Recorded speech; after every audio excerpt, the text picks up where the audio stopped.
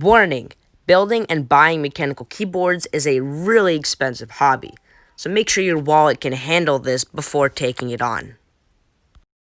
Hey guys, JohnMadLabs here. In today's video, I'm going to teach you how to build a mechanical keyboard without having any prior knowledge. What's a mechanical keyboard? A mechanical keyboard is like a normal keyboard, but it's better at literally everything.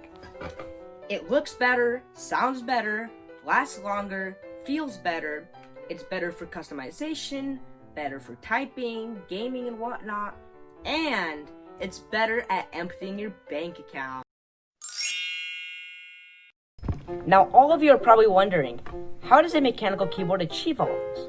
Well, basically, here is how a normal rubber dome keyboard works, and here is how a mechanical switch in a mechanical keyboard works. It says here, a rubber dome key works such that when enough force is applied, the rubber dome collapses and sends a signal. This means that the key can only be in an up or down position with no in between, so that the signal gets sent every time.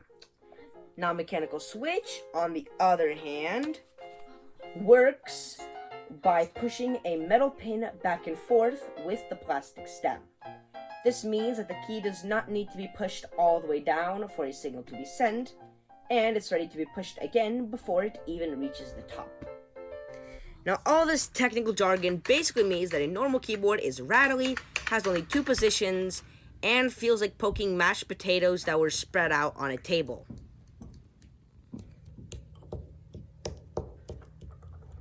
But a mechanical keyboard has none of that, which makes for a better typing experience.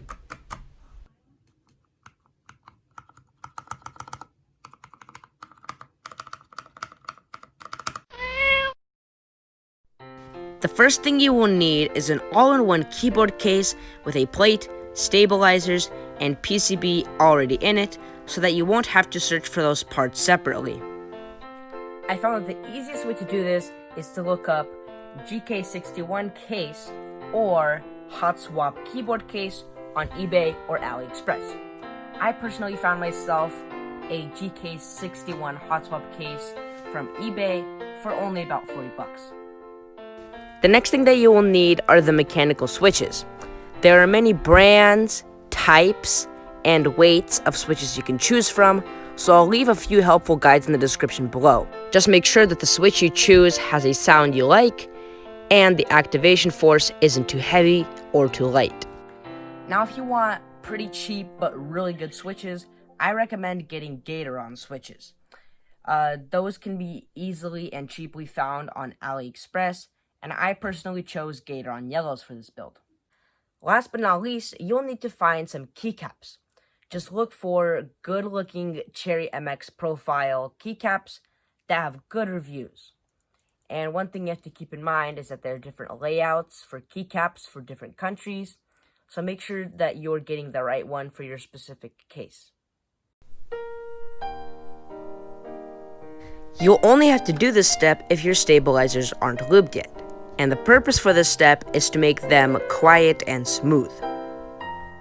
Now, to do this with the GK61 case, you'll first need to unscrew all the screws.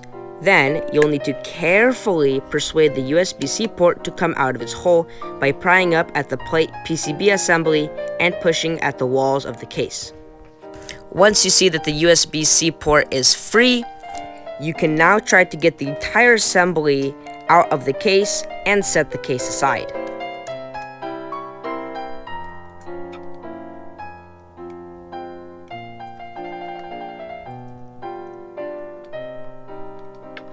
Then you'll need to take out the screws holding the PCB and plate together and set the PCB to the side as well. Now, the next thing you need to do is pop out the stabilizers as shown here.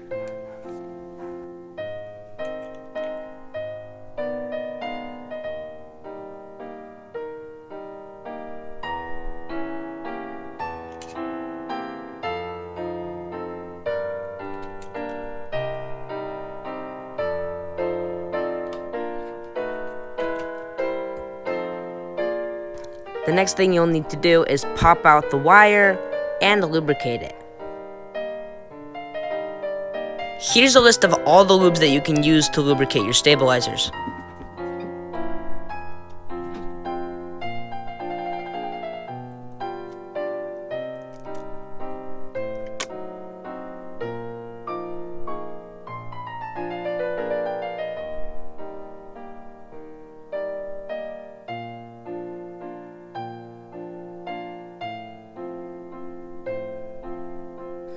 If you want to, you can optionally lube your switches beforehand so they have a better sound. I decided to do that with my Gator on Yellows with Crytox 205. If you're interested, I'll leave a link to some switch lubing guides in the description below.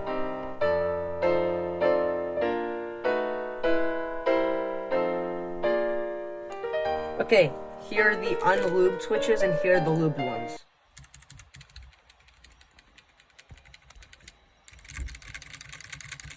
Here are the lubed ones.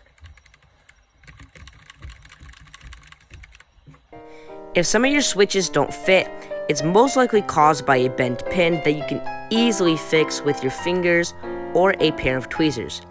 This was a big problem for me, and a lot of my switches didn't fit at first, so I had to fix the bent pins.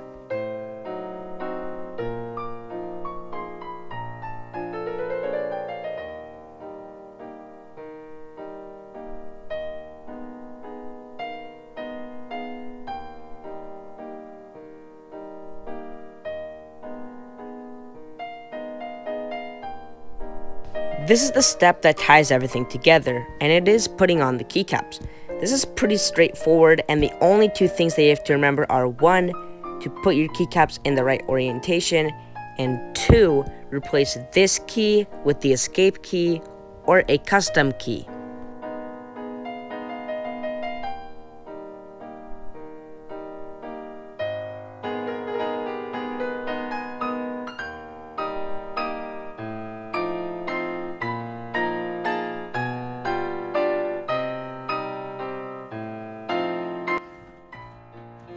Okay, now the last thing I need to do before I can call this build complete is testing this keyboard to make sure everything works. Now I recommend doing this step before you actually put on the keycaps so that if you have a bad switch, it's easier to remove. But I already have the keycaps on, so I'm going to test it. So, let's start. Okay. And make sure that all of them are typing the thing that it says on the keycap to make sure that you don't have any in the wrong place.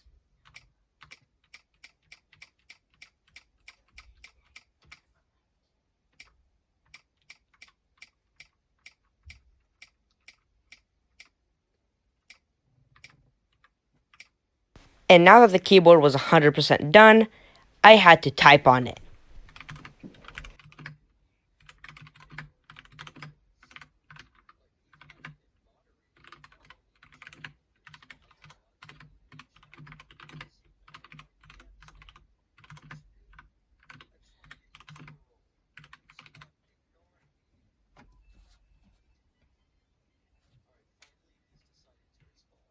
Boom, 46 words per minute. Now, as you heard, this keyboard really sounds awesome, and I really love it.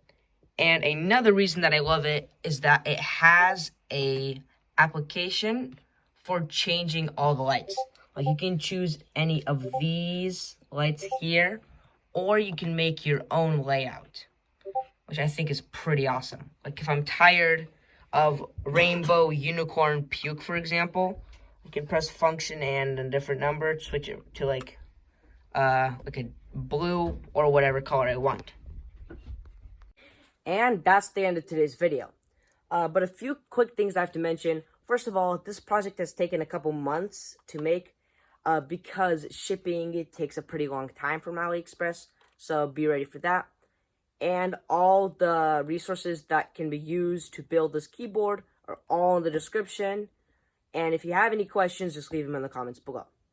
Now, I'd love to see you in my next video, so please subscribe to stay tuned for that. And as always, thanks for watching, and I'll see you in the next one.